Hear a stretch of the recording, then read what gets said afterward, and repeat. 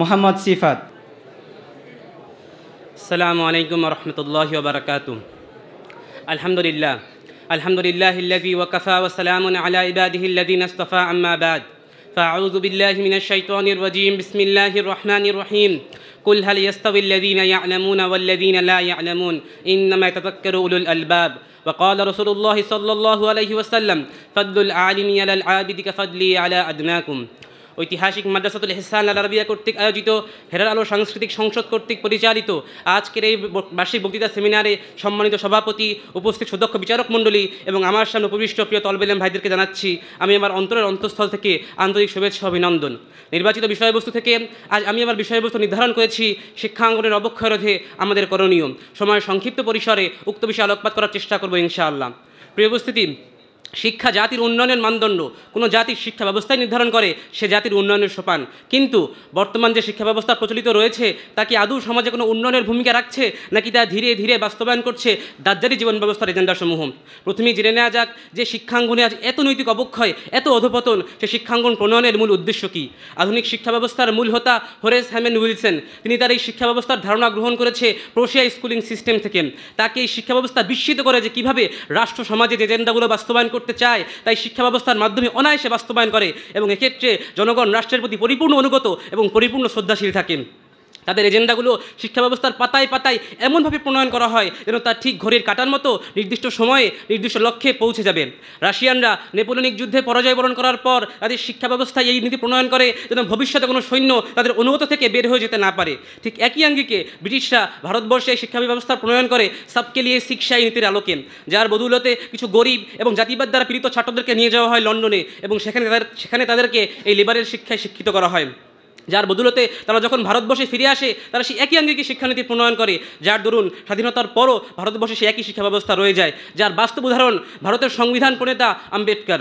প্রিয় উপস্থিতি, ইংরেজদের মূল উদ্দেশ্য ছিল এদেশে তাদের অনুগত একদল শিক্ষিত দাস তৈরি করা, যারা তাদের প্রোপাগান্ডাগুলো বাস্তবায়ন করবে। এবং যদিও ভারতবর্ষ তাদের হাতছাড়া হয়ে যায় তবুও তাদের এজেন্ডাগুলো যেন বাস্তবায়ন হয়ে যায় এবং তাদের কর্তৃত্ব যেন বহাল থাকেন।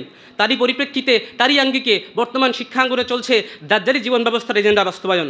একদিকে শিক্ষা ব্যবস্থা শিক্ষার্থীদেরকে গড়ে তুলছে ধর্মবিমুখ কারখানার শ্রমিক রূপে, যাদের চিন্তাকে বিনষ্ট করে দেওয়া হচ্ছে ফেসবুক, ইউটিউব নামক ভাইরাস দ্বারা। অন্যদিকে যারাও চিন্তাশীল তাদের এই চিন্তার পরিধিকে বেঁধে দেওয়া হচ্ছে দাজ্জালি জীবন ব্যবস্থার গণ্ডির ভিতর, যার বাস্তব রূপ আজ আমরা আমাদের শিক্ষা ব্যবস্থায় প্রত্যক্ষ করছি। ইসলাম বিদ্বেষ, কুফরি আকিদা, নাস্তিকতাবাদ, এমনকি ট্রান্সজেন্ডারের মতো বিষয়ে অন্তর্ভুক্ত হচ্ছে পাঠ্যবইয়ের সিলেবাসে। আমাদের পার্শ্ববর্তী দেশ ভারত, যেখানে কিছুকাল পূর্বেও এই ট্রান্সজেন্ডার, সমকামিতা এগুলো ছিল ঘৃণার বস্তু, কিন্তু শিক্ষাঙ্গন এবং শিক্ষার্থীদের প্রতিটি সেক্টরে সেক্টরে এর ব্যাপক অ্যাডভার্টাইজমেন্টের ফলে বর্তমান ভারতের নবপ্রজন্মের কাছে এগুলো সাধারণ এবং প্রাকৃতিক বিষয় হয়ে দাঁড়িয়েছে। এখন সেখানকার নব্য অ্যাডভার্টাইজমেন্ট হচ্ছে সেক্স এডুকেশন। প্রিয় উপস্থিতি, এক্ষেত্রে এই অবক্ষয় রোধে আমাদের কওমি অঙ্গনের সবচেয়ে গুরুত্বপূর্ণ করণীয় হচ্ছে দিনী শিক্ষা ও দুনিয়া শিক্ষা আলোকে একটা নতুন নেশাব প্রণয়ন। একথা আমাদেরকে দ্ব্যর্থহীন কণ্ঠে স্বীকার করতেই হবে যে আমাদের কওমি অঙ্গনের নেশাব আদৌ কোনো পূর্ণাঙ্গ নেশাব নয়। যেমনটা বলেছে মুফতি তকি ওসমানী সাহেব দামাত বারকাতুহুম, যে এই শিক্ষা ব্যবস্থা তো আদৌ কোনো পূর্ণাঙ্গ শিক্ষা ব্যবস্থা ছিল না, এটা তো ছিল তৎকালীন ইংরেজদের বিরুদ্ধে তাদের ধর্মহীন শিক্ষার মোকাবেলায় প্রতিক্রিয়াস্বরূপ একটি বিকল্প শিক্ষা ব্যবস্থা মাত্র। যেখানে নববী শিক্ষার মূল উদ্দেশ্য হাসানুদ দুনিয়া, হাসানুল আখেরা, সহবত তারবিয়াত, সেখানে শিক্ষার ক্ষেত্রে দিন ও দুনিয়ার বিভক্তি সত্যিই দুঃখজনক, যার ফলে আমরা আজ প্রত্যক্ষ করছি শিক্ষার এই অবক্ষয়। অথচ বর্তমান যুগ টেকনোলজির যুগ, বর্তমান যুগ প্রযুক্তির যুগ। একটি ড্রোনের মাধ্যমে একটি পুরো জাতিকে ধ্বংস করা যায়, একটি বোমার মাধ্যমে একটি পুরো দেশকে ধ্বংস করা যায়। সেখানে মুসলমানরা আজ জ্ঞান ও প্রযুক্তির ক্ষেত্রে কত পিছনে, অথচ ওসমানীয়দের যুগে সমস্ত জ্ঞান, সমস্ত বিজ্ঞান, সমস্ত প্রযুক্তি ছিল মুসলমানদের হস্তদখলে। শিক্ষার ক্ষেত্রে দিন ও দুনিয়ার বিভক্তি এবং উলুমুদ্দিনের মাঝে সীমাবদ্ধ থাকার কারণেই বর্তমান প্রজন্ম এবং তাদের অভিভাবকদের কাছে দিনী শিক্ষা অবহেলিত। দুনিয়াবী উন্নয়ন সাধনের জন্য তারা ছুটে যায় দাজ্জালি এজেন্ডা বাস্তবায়নকারী শিক্ষার কাছে। যেমনটা বলেছে অর্থাৎ হাফিজ ইউজুর রহমতুল্লাহ আলাই, উম্মার মূল মেধায় চলে যাচ্ছে ধর্মহীন শিক্ষার কাছে। এখন যদি আমরা খেলাফত ব্যবস্থা প্রণয়ন করি তাহলে তা পরিচালনা করার মতো আমাদের দক্ষ জনবল থাকবে না।